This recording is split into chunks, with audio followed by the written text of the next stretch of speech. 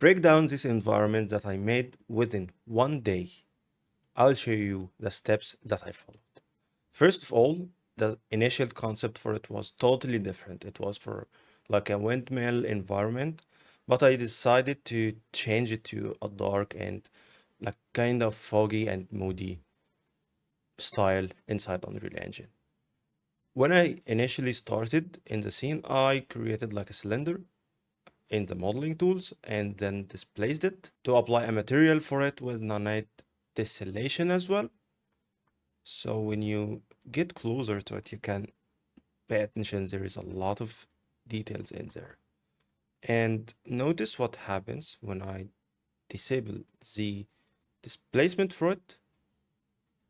Let's keep it like this and scroll down for displacement. I'll keep the magnitude to 0. And this is how it looks. Let's get a look from the camera from here. And this is without the displacement. And this with the displacement. It's totally huge difference. So I totally recommend to use the displacement tessellation, especially if you are working on cinematics like this. It will add a lot of details to your environment. And to give more details to this main, like the key building, I used some walls, these stone walls from Megascans, this one, and I toned, you're gonna notice that I toned the material a little bit in there. It's a bit blue and desaturated, and I did that to all of my assets to make them blended together and give them the kind of the same feeling and mode that I want. So it's a bit desaturated and a little bit bluish. Also for these woods, like wood planks, I like scaled it for a big scale, placed them like this and just started to duplicate and use them all over the building. Just add more details and break the tiling of the cylinder. Notice the shape of the cylinder without any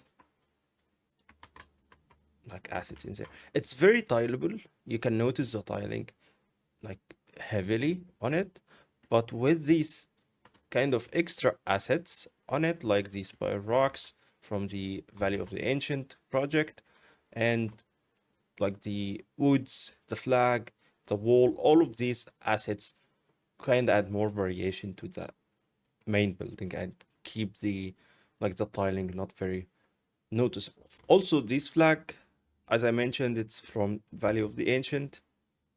I tweaked the material a little bit, the displacement and the animation of it. It originally was blue, like this, but of course the fuzz color and tint were blue, but I didn't like the blue. I thought that the red will like pop up like this.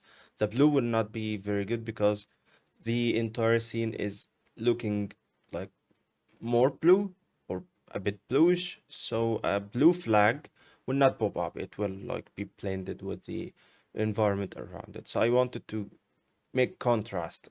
In contrast, I don't like use colors only of the lights. I also use the environment assets to make contrast of the environment to keep it like popping very well as I need. So this is basically for the main building. And then when I completed it, I started to copy it to notice. Let's take a screenshot like this. And I wanted to give a composition like this to keep the attention and your eye towards the scene like this, and you're still looking in the background. When you start to look at the background, you will notice more details and more details. So that will add like more realism to your environment and keep it like more realistic. So this is basically about the environment. The landscape, it's just a very basic landscape, but let's notice what will happen. This is a basic landscape. It's very flat, no details in there. So I added a lot of limestone rocks from Quixel Megascans, like these ones. Let's see these rocks. Yeah, it's like these ones. These ones, of course, the scene from outside the camera is not looking very good, but because it's a cinematic scene, that's totally fine. You will work on what you can see on the camera. You don't need to pay attention to what is behind it or what is from another perspective, even if there is any floating objects like these bones, etc. It's totally fine. It's not a gameplay environment. So that's basically for the landscape. If we get back to the camera, that's basically for the landscape to add more details in it. Make it feel like it's rocky and sharp. Without these assets, the landscape and the environment looks very flat. There is no details in there. These tiny little details will make your environment pop up like instantly from any other environment. So you have to pay attention for this, such like details. And for the main building as well, I added some stairs in here just to make it like feeling that this player or this character is going to like go through a path and then reach out this environment with this color contrast in here, this kind of like greenish or like cyan color that is distinctly is different from the rest of the environment. So it's very helpful to like draw like a path for the player in here and give it like a feeling of like there's a goal that I want to reach. And of course, I like added some supplies, like supplement assets for it with these spiral rocks in here. So to make it like more blended with the environment. And like luckily, these assets created like an opening in here that was very helpful and useful to add this kind of point light in there. Also, in the background, I wanted to scatter some like bones, like these ones, with some larger scales in there to make it feel like there is an ancient place in there and there is a story in there that these kind of monsters or like animals, whatever, they were living in there and they were dead. So this is kind of storytelling. That's how you can use a storytelling and the props to tell a story in your environment. That's very important to do in your environment to make it like feel more realistic and like more believable as you progress in your environment. So that's basically about the environment, like in a kind of like a quick process. And these assets that were added in the foreground, it's just to block the frame and keep the eye looking for the main concept or the main building. That let's break down the lighting process. Let's turn off all the lights in there and start from totally scratch. I start first with the skybox. I'm using usually matte painting skyboxes and it feels more unique than any other sky do. So I use this matte painting skybox material. I crank it up the brightness a little bit with the contrast just to make these highlights in there. So that's the skybox mesh and then the skylight. It's very basic skylight with real-time capture. And if you try to enable real-time capture with your skybox material, and if you are not using sky atmosphere, like in this case, you will notice an error in here that the skylight will not respond or it will give you black like material, and that you will have to open the master material of your sky dome and in the details panel search for is sky and enable this option. This will fix your problem and will keep the skylight working very well. So the skylight is very basic. I didn't touch the intensity scale or any colors in there. It's pretty much very basic skylight. The exponential height fog, it's very, very important. As you can see, it's already adding a lot of depth to the environment and make it like layering in there in the background. I tweaked the colors a little bit to match the sky. You can pick the color from the sky and then tweak the value and the saturation a little bit to make them like very well blended together. And also you can use these like pre-made colors in here, which is available in 5.6. It's also available in other versions, but you have to create your own. And the fog density, I increased it a little bit. As you can see, also the location is set to 0 for all. So I wanted to increase the fog just a slightly bit to keep it more like dense. It's not very dense, but it feels like it's like foggy or like moody. So it was very helpful to increase it with decreasing the fall off a little bit to keep the transition in the fog like seamlessly.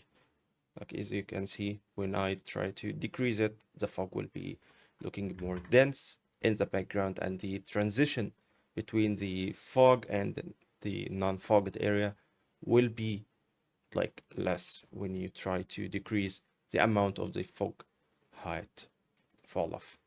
And for the volumetric fog, I enable it, increase the scattering distribution a little bit, and the emissive color just slightly increase to like add more in the black areas and keep it like more blended, not very, very dark. So it's important to do that. And if you want to increase the hue distance as well, you can do that to keep the volumetric fog for longer distance and not seeing the like the kind of basic exponential height fog. Let's then start to add more lights. I have a lot of lights in there. I have first the gate light. It's just basic point light. I just added two to keep it more like realistic, because in this scene, I'm not using Lumen, I'm not using Raytracing, I'm not using any baked lighting. It's all dynamic lights without any global illumination solution. So I wanted to mimic the look I have or I will have from Lumen in global illumination and reflections without having this. So it was very challenging. And I'll show you how I try to like tackle this problem. So this is a gate or the like contrast area in here to like make the player or make the viewer feel that there is a path to go in there. Also, there is the like the key lights, but let's start first with the rim lights. There are some rim lights in here. As you can notice, it's blue. I tried to keep it blue, like it's not very, very intense. It just like slightly as it's coming from the sky. Of course, this is all of them are like fake lights, but try to keep your fake lights also looks believable. So these rim lights are all of them are rectangular lights with temperature set to like 7,000s and no any other options in there. Just increase the source width and the height a little bit to make it softer, as when you increase the light source, the light or the shadow will be softer. So I wanted to try to keep it very, not very, very large, but a bit larger to keep the light softer and not very sharp. As you can notice it, there's a very, very sharp light is coming from this side. Just wanted to keep it soft and keep everything like it's naturally coming from the sky. So this is the rim lights, it's blue rim lights, and also there are some specular lights in here. These specular lights are adding a lot more, but these are using point lights. Of course, it's the same temperature, just like adjusted the attenuation radius and the source radius, kept it a bit larger to keep it soft. But it's very important to use such like lights. As you can see now, without these lights, it's like just lighting the edges, but I wanted to keep it more blended. So I added more lights in there. And as you can see, you'll feel like these rocks are like naturally illuminated by the sky. You will not ever notice that these are fake lights. But at the same time, I'm not keeping them very high in intensity or it's lit everywhere, because that will like break up your contrast. You have to keep your contrast very like balanced. You have to keep some shadowed areas in there because you will have other complementary lighting which is in like opposite color, like warm colors, as I will show you right now. There's also the specular lights like the blue one, that there is a specular blue and there is a specular warm, and the main lights are the key lights. These are spotlights that are added entirely in the environment, and you can notice a lot in the background as well. But basically, this environment lighting is to like mimic the effect of the directional light. That's why I'm using spotlights. And also I disabled the inverse squared fall off to keep the light fall off like almost the same all over the entire radius. So I'm like using a directional light. So I just disable it and use slightly small intensity or slightly less intense light, as it will be very, very like bright when with higher like intensities. I set the color to be a slightly orange and decreased the temperature a little bit. But that's it for almost all the lights. They are very basic. I don't need to touch all the options in here and go to each option and start to enable it or adjust it. That's not how it like goes. You can do, of course you can do that, but I don't recommend to do that. I recommend to touch just the basic options like the intensity, the color, the radius. Sometimes we might be the indirect light intensity, the volumetric intensity, but you don't need to go in each other option unless if needed and adjust it, because also that will affect the performance if you are working on like a game lighting. If it's for cinematic, you are free to do whatever you want. But yeah, that's basically about the light. Let's get back to it to see how it looks without. This is how it looks without the local lights. You can notice there is no directional light at all in here. And also in the poster process, you can notice that the global illumination is set to none. The reflection is set to none as well. So let's see how it looks with the local lights. That's after and that's before. That's after. It's totally different result. But we still lack a very solid point, which is a more layer or another layer of the fog. So I'm using three like steps of adding the fog. Of course, it's not included with the exponential height fog. First of all, I'm using the fog cards. I'm using easy fog, and it's very awesome to use. Very easy to control as well with variety of textures in there. So easy fog, or in general the fog cards, you have to try to keep them added between like the layers, so between the midground and foreground, between the objects. Just try to separate the objects from the background. That will make it pop up very well and make it look much, much better. So this is the first step with the fog cards. Of course, try to keep the density a bit low like this. You can color it, depends on your environment and the like intended art direction. But it's very important to keep the density a little bit low. So let's see, like with one density, this one is very far, but the like one in density or very high density like this, it will not look very good. And it seems like if there is anything off, you kind of feel that, but you might not notice what's going on. So keep your fog cards like slightly in a low density. That will make it much, much better. Then I use a fog volume. It's just a cube with a material like this. It's like a volumetric material I created on my own. And the last one is just a God ray. It's a plane with a material in there like this. It's like God rays coming from the direction light, but I wanted to fake it to control the location, the rotation of it, the intensity, the color, all of this stuff manually without using any actual source light in there. So that's basically about adding or using the lights, and we still not touched the post-process volume. Of course, I did slight like color grading in there, but I will go into the most important details. First of all, I set the bloom to like 3, but if you don't use that threshold, your scene will look very bloomy and like very magical. That will not work fine. You have to use the threshold, and the higher the number, the then the bloom will go and work only with the brighter pixels. So you have to be aware with this option in like combination with the intensity. I'm using the standard like bloom. I'm not using the convolution bloom in this scene.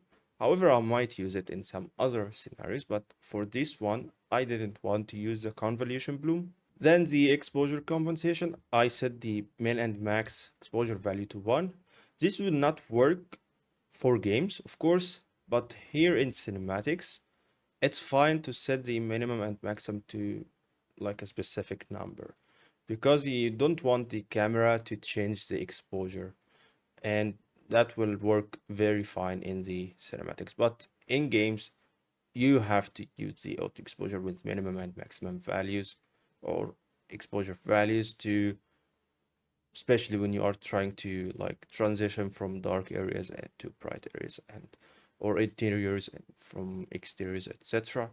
You will have to use minimum and maximum exposure values and set the exposure compensation to like 1.1 just to be slightly brighter. And the chromatic aberration, I kept it to 0.1 with start offset to 0.32. Not to keep it affecting the entire screen. I want to make it more on the edges, but also I wanted to keep it like very slight. I didn't want to have this kind of effect. It might work for some scenarios, but I don't want it in this scene. I'm not using anything in the dirt mask, in the camera. Local exposure, I slightly adjusted the shadow contrast and increased the detail strength just slightly.